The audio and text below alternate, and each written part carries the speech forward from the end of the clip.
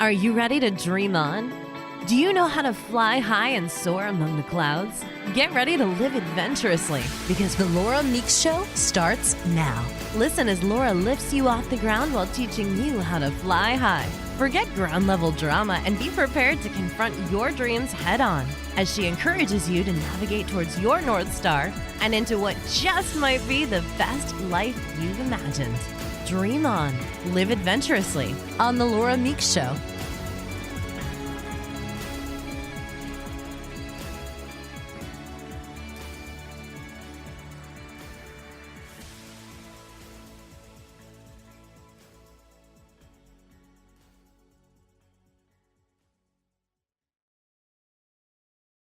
Adventurously on the Laura Meeks Show. Hey, welcome everybody. Happy holidays to everyone. This is Laura Meeks. I'm on the Laura Meeks Show, and I welcome you to the show. Today I've got a lot packed in, so I'm going to start with this. Should life be fair? Is there a path to life that has no stress, no challenge, no pain? And if we follow these magic rules, do we somehow create a fairy tale life? And if so, which rules do we follow? Well, one of the things I've found is I've lived my life and I've learned often that challenges in life, those are the things that we need to grow. We need challenges.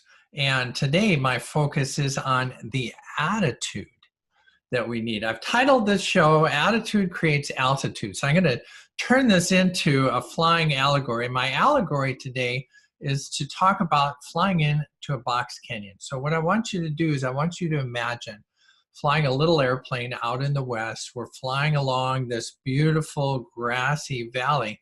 On the left hand and the right hand side, we have trees and mountains, and we're just floating along in between. And we're following this valley as it's winding down and around.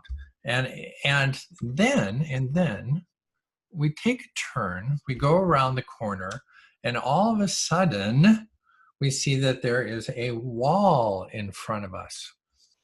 Now we're in a challenge. We call this challenge the box canyon because it's too tight to turn around, and now we have a wall in front of us. And so what we need to do is get over that wall and not die. And the only way to get out of a box canyon is to fly up and over that wall. We don't want to hit that wall. Now, in common parlance, we call this getting stuck between the rock and the hard place. If you're a Star Trek fan, which I am, I call this the Kobayashi Maru, which is the no-win situation. And often life presents us with these challenges. So today I want to share with you that the way out of the box canyon is the attitude that you're going to take. We want a good attitude so that we can climb up and get the altitude we need. Attitude creates altitude. We need to get over that. Now, to illustrate this, I have a story to tell you today. So our story is about a young man and his love of flying. He was born in middle-class America on 8 acres in a suburb of Minneapolis, I believe. He had a loving family. He was sent to an elite private school, private high school, because they knew that in common language, education was the key to success, the key to this American dream. So while this young man is in high school, he fell in love with airplanes. He was building models, and that turned into flying models and remote control models. And he decided that when he grew up, when he grew up, he was going to earn his living as at flying airplanes, And this was his vision, and he flamed this into a passion. So in high school, one of the things that he did is he mowed grass during the summer so that he could get money. And he knew that the first rung of success for him was to get his private pilot's license. So on the summer before college, he frantically mowed lawns, earning a few dollars. And it turns out that was not enough for him to get his license. So he talked, I guess, to his mother, and she co-signed a loan.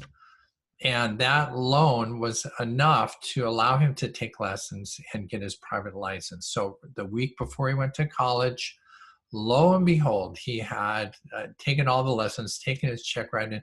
Hooray, he gets his license. So he's up on that first rung in his vision.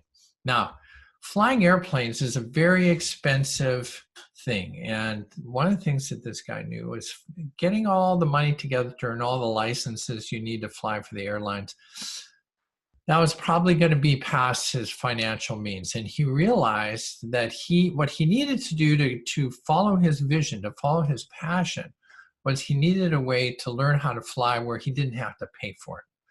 And he realized that one of the ways in America that you can do that is you can join the military.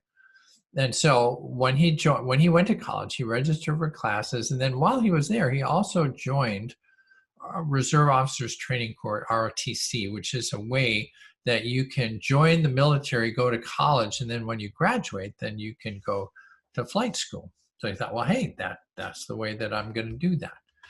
Now, it turns out that one of the interesting things is that the Vietnam War had just ended and the Air Force was filled with pilots coming back from the war, and they really no longer needed pilots. So his commander at school said, hey, what you need to do is you need a scholarship.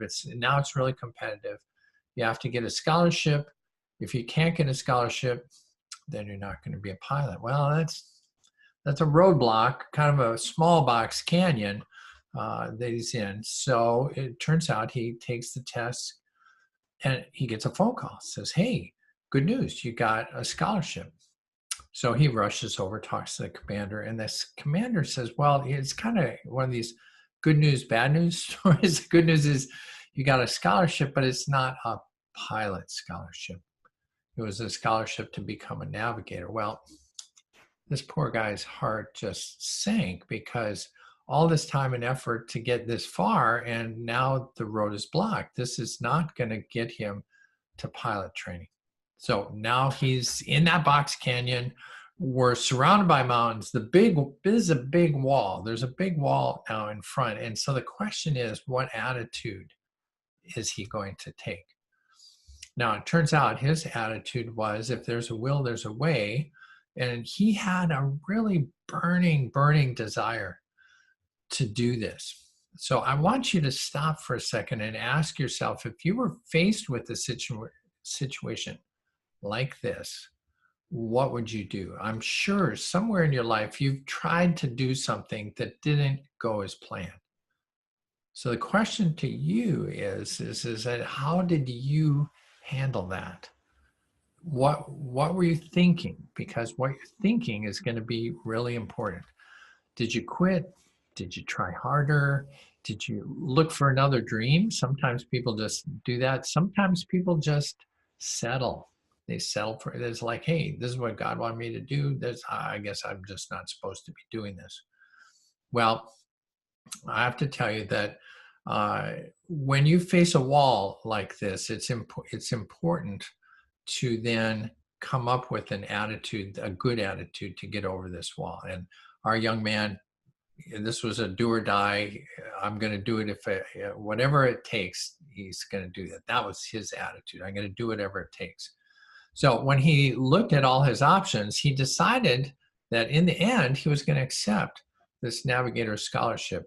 And it was weird because one of the things that he realized is that if he was a navigator, turns out navigators were in short supply. They had lots of pilots, but not too many navigators. And it turns out that if he were to become a navigator, he would at least be in airplanes. He'd be involved in the airplane world.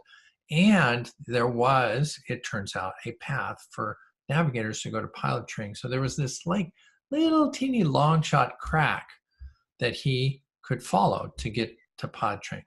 Now, the ending of the story is, it was good news, because even though it took him 6 years after graduation from college to get to pilot training, it took him 3 applications, and at the age of 26, he was accepted. 27 is a year, took a long, hard year, but at 27, he graduated, and after 15 years of chasing this dream, he finally realized that he had made this dream, he had achieved his dream.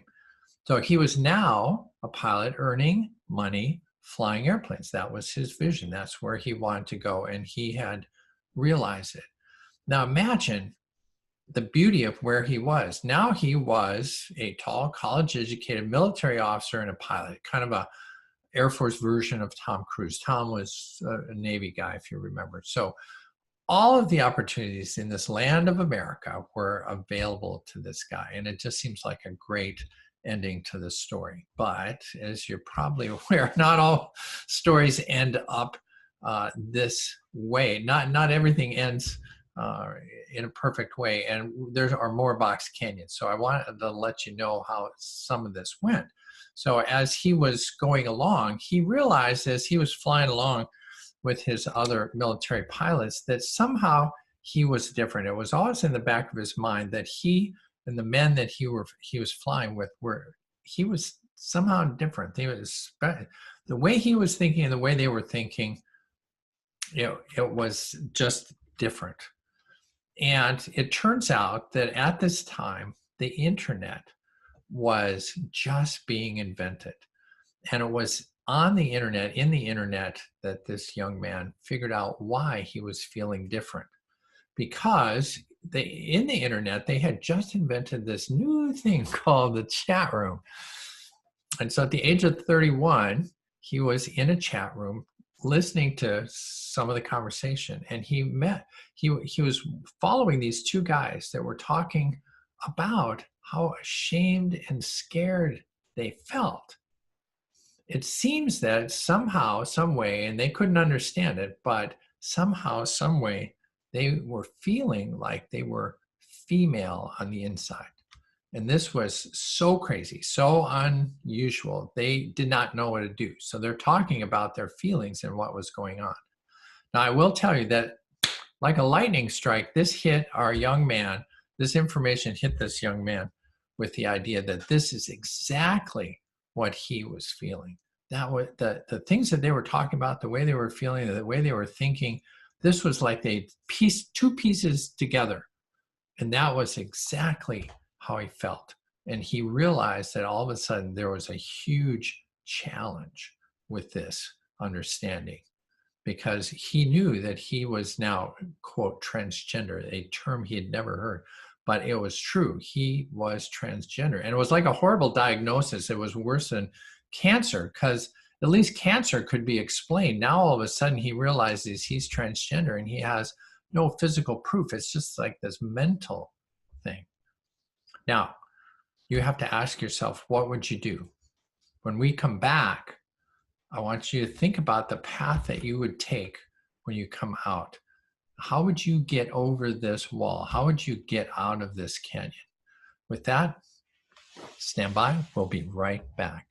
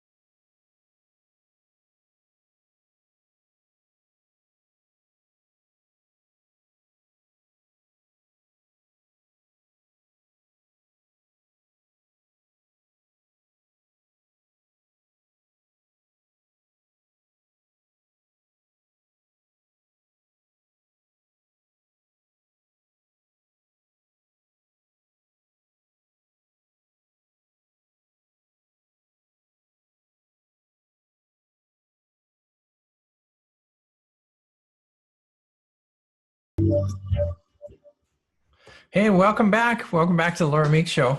Now, before the break, I was telling you the story of this young man. He's in pursuit of this long-term vision, this long-term vision to fly airplanes. So imagine how it would feel to have climbed up this ladder of success, following your dream for almost 15 years, and then finding out that you have something that's going to knock you off the ladder. It's kind of like climbing up a mountain and finding out that when you got to the top, they were going to push you over the edge. So this young guy, he's in serious trouble. He knows that if he told anyone that he would lose everything that he had created for 15 years. And thinking, if you lose your job, then how are you going to, support your wife, your family, your children? As a military officer and a pilot, this would be the end of his career. He wouldn't be able to keep his top security clearance. Everything would be gone. Humiliated and lost right after the great start. But part of the other challenge is that in his heart, he knew the truth. Once those puzzle pieces went together, he realized that he was not like any other man. He was different than the people that he was working with. And now the question is what would you do? So over the break, I'm hoping you thought about what you might do. And what I want you to do is understand, listen to your thoughts. If you can, think about what you're thinking about. If this was you, would you hide? Would you ignore it? Would you seek more information? Would you try to barter it out? Or would you try to seek help? What would you do? It's important that you see this attitude and understand what you're going to do, because again, attitude creates your altitude. Now, it's interesting to me that our attitudes really are based on our history and kind of how we think that the world works. And many times it seems we do what we think is right, kind of just based on our dreams, and it's almost automatic.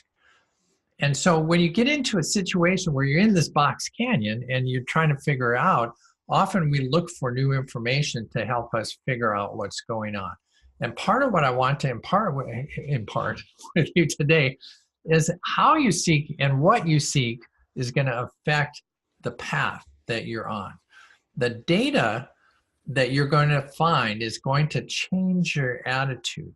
So in this case, you find out you're transgender. Now, would it make a difference if it was definable medical thing? And if it's not definable, does that change how the story goes?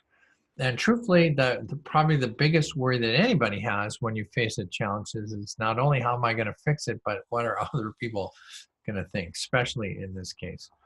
Now, we always want to seek information so that we can figure out a path out. We want to predict the future. And one of the things that I've found is that when you're searching for information, what you're going to find is you're going to collect all the information that you find, and it's going to become your known facts. And what you're going to also find is when you're researching, you're going to find that you're seeing and researching common sense answers, things that have worked in the past. And it's very historical data. I want you to understand it's not predictive of the future. It's just what people have done. And it's not to say that that's not helpful, but it's critical that you realize that no matter what box canyon you're in, you realize that you have a choice to choose your own answer and choose your ending. That's important to this event. Now, realize this too. Research usually provides you with statistics, and try to remember that statistics apply to really large groups of people, not to the individual, and you're an individual. So back to the story. Common sense answer that this guy found is that the best thing to do, the thing that almost everybody did, was just ignore this feeling. It just makes sense. You work so hard to get where you are, why throw it away? So the best thing is just pack it away, hide it, keep your job, keep your family. Trust me, men can't go down this road. This is not a road that this guy would want to go down. So why endure why endure all of that trouble? But one of the things that this young guy found is that he'd already been enduring these feelings for the last 15 years. I wasn't sure what it was, but his question kind of was is, well, if that's the answer, if I have to hold on to this and hold out this brick, I wonder how long I could hold on to that. Well, the ending is truthfully, I didn't know how long I could handle this pain. You see, this story that I'm telling you is my story. You may have figured that out. This is what I faced 30 years ago. I was on the top of the world. I chased my dream. I climbed to the top of the ladder. I was a pilot. Life was so good. And then chop, all of a sudden I find out this information that I'm transgender. And it just seemed, honestly, of all the things, it just seemed so unfair. I had worked so hard to get there. And now this is going to happen. Now, the reason that I bring this up is not just to tell you that that was part of my story, but the fact is that you and I, we all face challenges. That is life. And that's why you're listening. That's why you're here today is you got things in your life that you want to try to find some answers. And I get it. Trust me, I understand. I've been down a lot of interesting roads. But I assure you that whatever challenge that you're feeling right now, they are going to feel as challenging as this was to me after 15 years. So whatever it is that you're facing, I understand that it is important to you. You know, it's interesting that we need challenges. I know it sounds crazy, but for us to grow, we're here on this planet as spiritual beings experiencing life, and we want to find joy and happiness. To do that, we have to have some challenges to get through to the future. And it's almost as if at this level, when you're in the box canyon, it's almost like you're facing a door, an unknown door to the future. You know, can I make it over the canyon? Can I go through the door? So I kind of found myself at the top of this mountain facing this door and wondering, oh my gosh, what is my future going to be?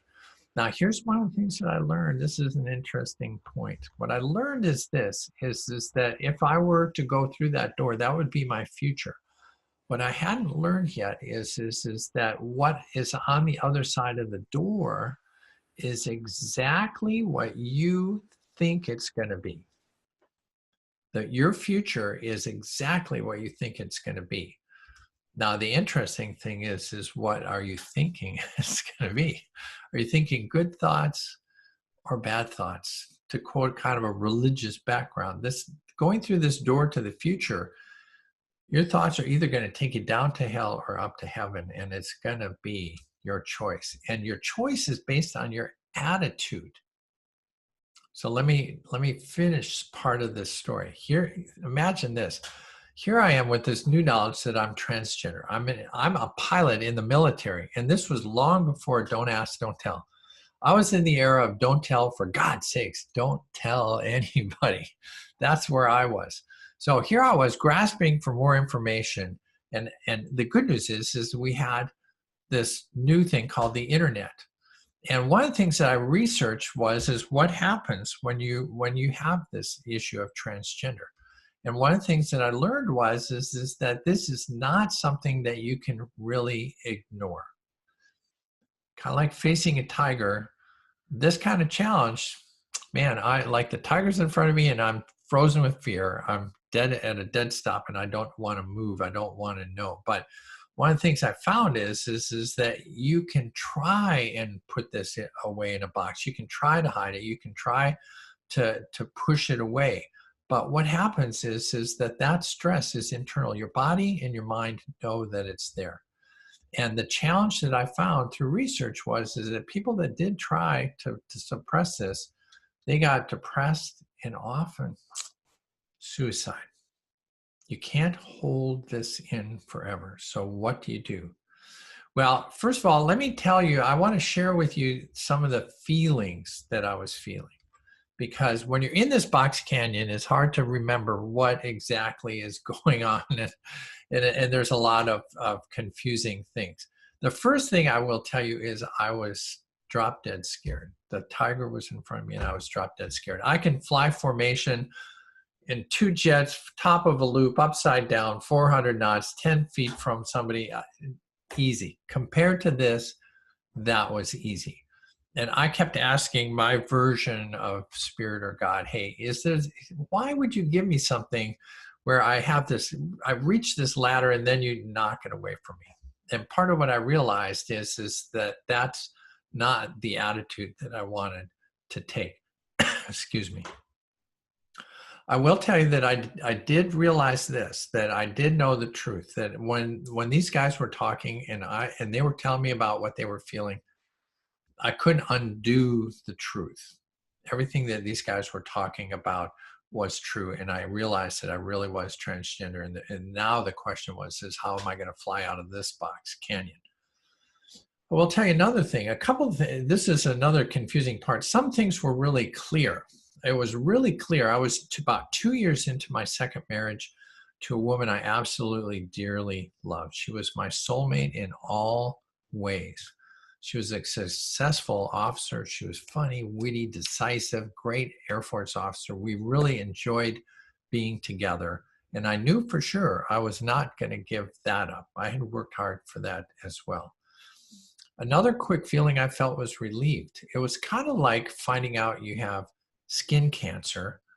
It's not good news, but at least the doctors know what it is and they can do something about it. So at least now I had something to grapple with. I had the term transgender was something that I could look up and probably figure out what people had done before and cure that. So I felt good about that. Another challenge was I felt embarrassed, completely embarrassed. I felt like I was the weirdest person on earth. I had no way of expressing this. I really kind of felt like, God, couldn't I just have had like a love of Dungeons and Dragons or something kind of different, not have to be this different? But again, I was somewhat hopeful. This was not totally unnew, and it looked like there might be a way out. So when you're in this box canyon and you're trying to figure out what to do, I want you to understand that box canyons are really confusing. Some parts are really murky and others are really clear. Some paths are really promising and some paths are really dark. So whenever you're standing in front of this door to your future, realize that those feelings all come with kind of where you're at. And what I want you to understand is that as you are looking at walking through this door, how you are thinking and what you're thinking is going to affect what happens on the other side of the door. Now, real quick, let me just tell you the ending of the story so you get a feeling of where I went after that. I think the story has a happy ending because by the age of 50, so almost 20 years after I found out, I fully transitioned from being Lawrence to Laura. I did stay in the Air Force. I flew a whole career in my Air Force as a pilot, and I retired in 1995. More importantly, my wife and I have continued to be happily married. We've been married 34 years now.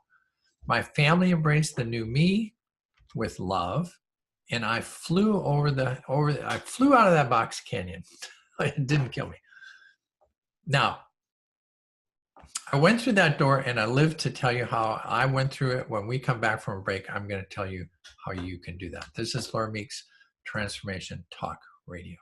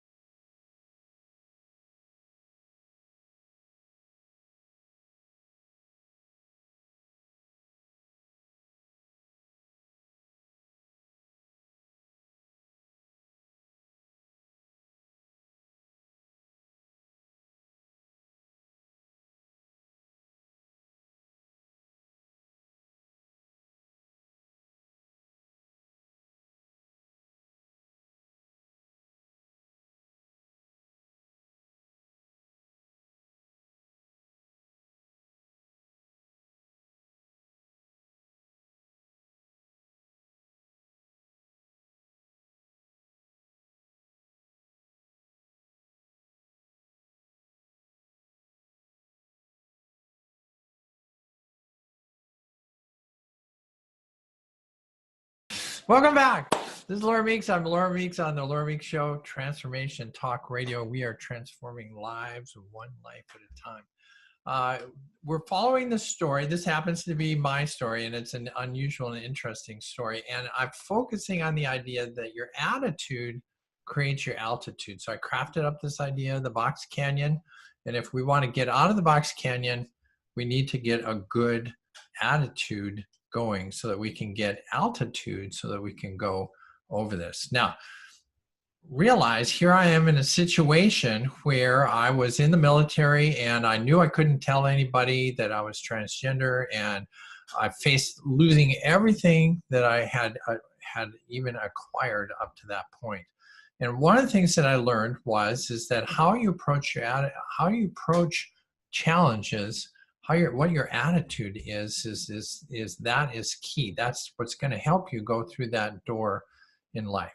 Now, one of the things, again, that I found that I felt I needed more information about what this was. So I researched and I read a lot of stories on the internet, and I even went into support groups, and I found real people facing this challenge so that I could get some idea of what people had done before. But remember, all this information that you're gathering on your problem is historical information. So I had gathered up a lot of interesting information, and here's what I learned. Most men in my situation realized that, or had the attitude that this idea of transgender is a curse. That was their attitude. This is a curse. I've been cursed. God smited me for doing something. Not realize, it seems kind of weird to say, this is in the early 1990s. And so thankfully attitudes have changed since then.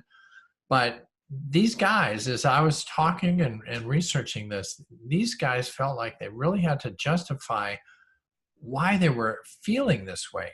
And their justification was to say that they were just somehow just normal men who had done something wrong, and they couldn't figure out what they did wrong, but they were then cursed to be transgender. And so they hid it and they ignored it. And guess what? I can't tell you how many people I met that were severely depressed and physically sick.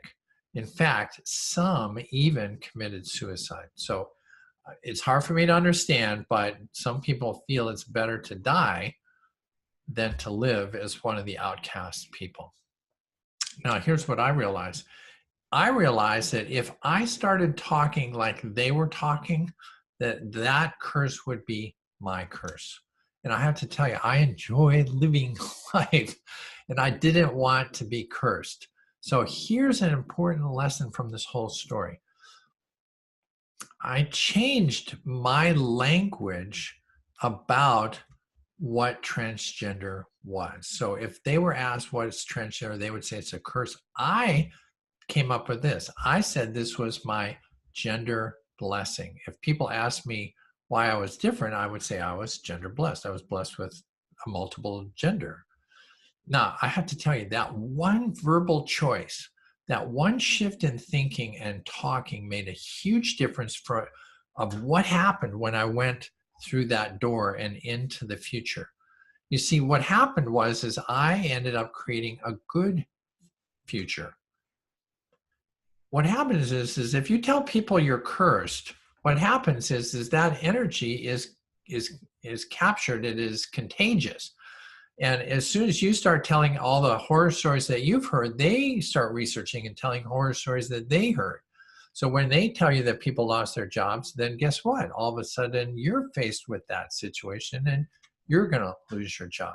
If you start telling stories about how these poor guys lost their wife because their wife just couldn't handle the story, all of a sudden your wife is going to think, hey, yeah, I feel that way. I should leave too. So what I want you to understand is you are creating your own future. When you go through that door, you're creating that. So what I learned, and I have to tell you, this is before I really got involved in coaching, but somehow I knew that if I changed my stories, that I would change my future. And so I started researching and finding stories of couples that stayed together. I started finding couples that were living together and families that were happy together And I started telling those stories. I started finding funny things that happened. And guess what? As the more funny stories I told, the more funny things that happened to me. So here's the crux of my lesson today is that you can, if you change your words, if you change your words, they change your thoughts. And if you change your thoughts, they change your beliefs. And if you change your beliefs, they change your attitude. That's how you go up and over the box canyon, is you have to change your attitude. But it goes back to the words that you start using, because that everything that you say becomes something that you attract. So if you want to attract something good, you need to say something good. So I want you to reflect on when things go badly in your life. How are you talking about that? Are you saying that you're cursed? Did a vengeful God smite thee? Are you saying things like, I'm stupid, I'm worthless, oh, I did a dumb thing again, I screwed up, I made a bad choice, somebody else made me do it, it was their fault? Is that what you're saying? Or are you saying that, oh, that was just a bump in the road? That was a learning experience. I learned something from that. Or I learned how to do it differently next time. You know, someone asked Thomas Edison this, and I thought it was good. They asked him this. They said, how does it feel, Mr. Edison, to have failed 1,000 times before you invented the light bulb? Do you hear the subtle inference in that? Is like, hey, Mr. Edison, how does it feel to fail? Well, interesting. His answer was, I never failed. He said, I did 1,000 experiments over time, and I learned 1,000 things that didn't work. And in the end, I found the one thing that did work, and he invented the light bulb. And it was a huge success. How you approach it is important. What's your attitude? Here's another example of how I changed my attitude in this scenario. Remember, one of the things I said was common practice, common knowledge was if husbands told their wives that they were transgender, it was almost every story I'd heard is the wife left. And so here I am, newly married, and I'm wondering, should I tell Annie about this? Now, I did know, for again, this is pre-coaching, but it turns out a life experience. I realized that I wasn't a statistic, and I realized that there was something that was happening over there, but I didn't want it to happen to me. So I made a conscious choice, and I told her right away. I knew my wife. Now, here's what I knew. I knew my wife was different, and I watched her face some challenges. We talked about it. I love my wife, and I felt confident in her abilities. We'd already been through a lot together. So even though we'd only been married a short time, we'd been through a lot. And so right away, I confessed my discovery to her. Now, it turns out that this was fortuitous because I trusted her. And this trusting attitude, this attitude of trust was important to both of us, because realize the information that you gather is important. It turns out this is kind of the behind the scenes story of why wives were leaving. It turns out that men in the 1990s that had realized that they were transgender had learned that this was not something that they could share. In fact, it was so scary that they would hide it from absolutely everybody. No wife, no golfing buddy, no nothing. That this could ruin your everything. It was legal to fire you from your job for being transgender. It was legal to kick you out.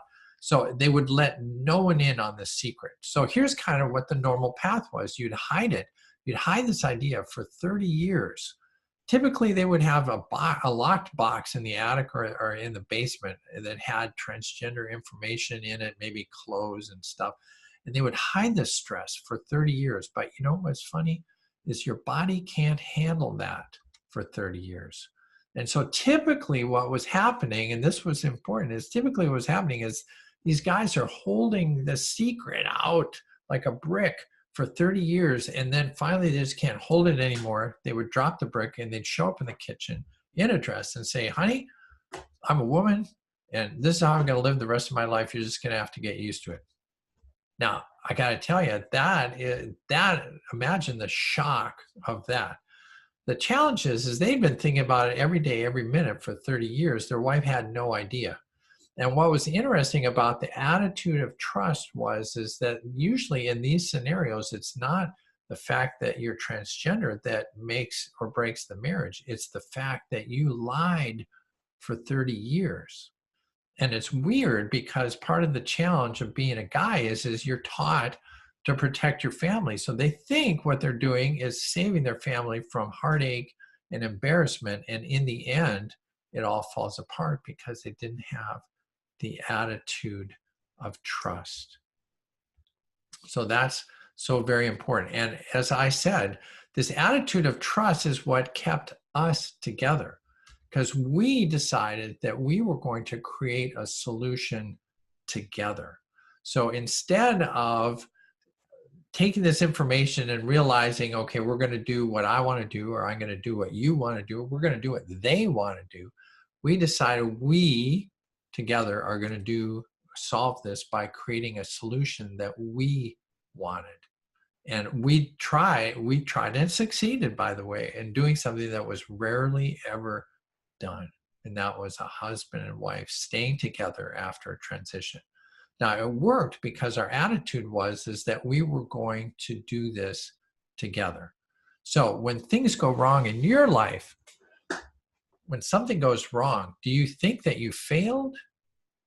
Or is this another part of the experiment? Now, one of the things I want you to do, I'm going to give you a quick tool. There's an affirmation, and I'll post this on my website when we post this. Here's the affirmation. Repeat it after me. If you're listening, repeat this after me. Nothing I do is a failure. I am experimenting with life, and this is one more piece of data that didn't help me towards my goal. My next attempt will succeed. Like I say, I will post that on the site. In my final segment, I'm going to share some humor with you, some of the funny things that happened, and talk about what you can do from here on out. This is Laura Meeks on Transformation Talk Radio.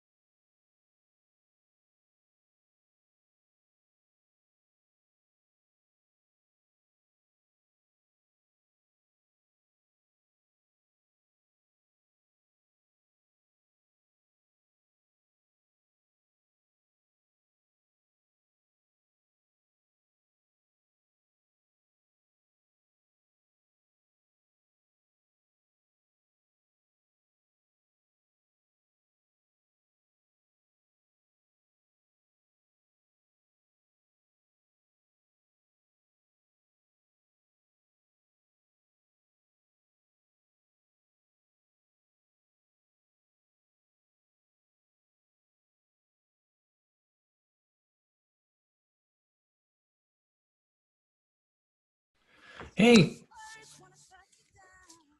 welcome back. This is Laura. We got a final segment. I wanted to share with you sometimes funny things happen. So all of life is not all about overcoming all the walls and everything. Even in a gender transition scenario, funny things happen. So I'll tell you one quick thing. In the midst of my transitioning, I would go out in public. I got very comfortable in the idea that I could go out in public. And so My daughter turns out to be one of my champion supporters, and she and I loved going out shopping. So she and I would be out shopping. One day we were in the grocery store and we were looking for peanut butter. I'm at one end of the aisle and she walks all the way down to the other end of the aisle. And lo and behold, she finds the peanut butter. So she holds it up and she yells down the aisle, "Hey, Dad, is this the peanut butter you're looking for?" And I look at her like, "Stop! We don't want to say Dad in public. That you're going to let everybody know our secret." The funny thing is that we looked around. When she said that, she said, "Oh my God, I'm sorry." And we looked around, and no one was paying attention.